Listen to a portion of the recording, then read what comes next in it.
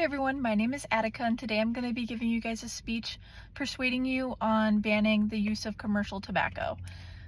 So most of us know somebody in our lives that either has used commercial tobacco or does. There are many dangers to it. It can cause cancers, heart diseases, and it's, really a financial strain if you really do the math. So in order to persuade you guys, I am going to be telling you guys about the dangers of commercial tobacco, the expenses financially, and how it affects the brain. So just so you guys know, I'm using smoking tobacco specifically as an example, but that doesn't mean that, chewing tobacco and that stuff also isn't bad. So first off, let's go into the issues that are caused from using commercial smoking tobacco specifically. So we have cardiovascular issues that can occur, respiratory issues, and lung cancer and more. According to the FDA, which is the Food and Drug Administration, the way that our heart works and our lungs and the blood that circulates them, the way that it works is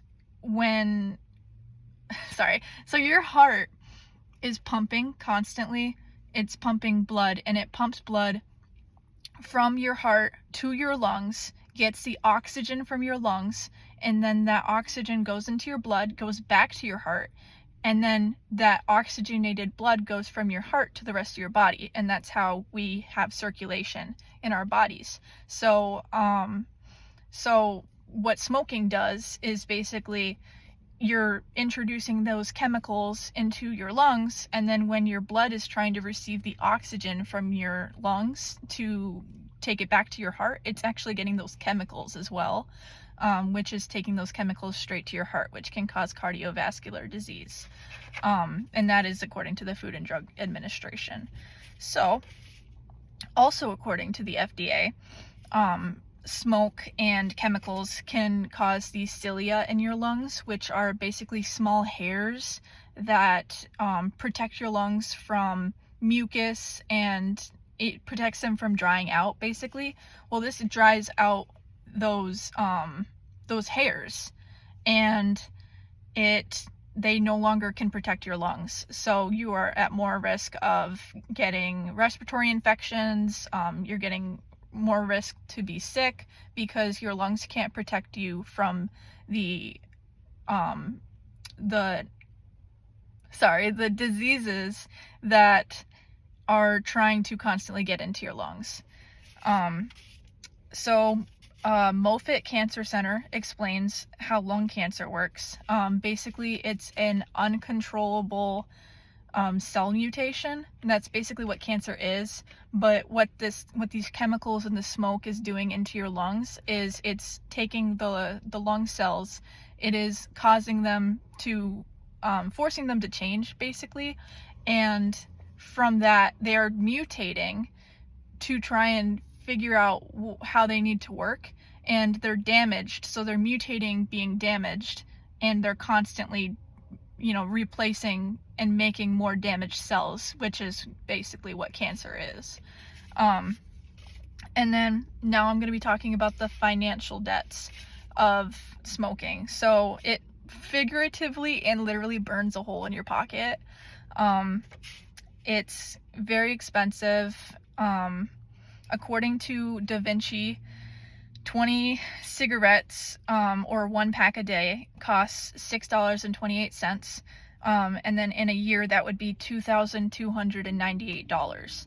So that's almost $2,500 a month or a year that you could save.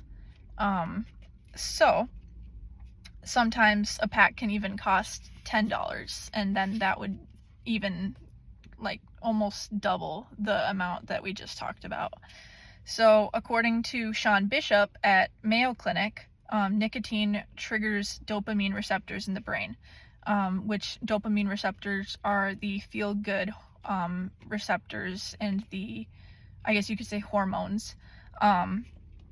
So it's your brain is getting this dopamine from the nicotine, and it's making you enjoy that. But then when those receptors don't have the nicotine to create dopamine anymore, then they don't create dopamine on their own anymore, because they need more nicotine, and it becomes more and more of a issue with addiction and stuff like that, because physiologically speaking, your brain actually needs the nicotine now. Like, you will physically be ill because your brain thinks it needs that in order to survive, which makes it a lot harder to stop buying it.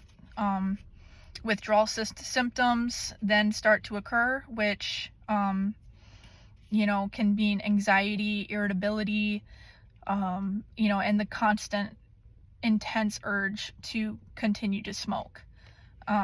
So overall, the cost of cigarettes is no small feat, and I mean that in health-wise, financially, and just like social burdens, and your like well-being in general. Like, if you have something that's stopping you from being happy without it being constantly in your life, like, you should maybe take a look at that and be like, hey, why do I need this in order to be happy? Why can't I be happy without this?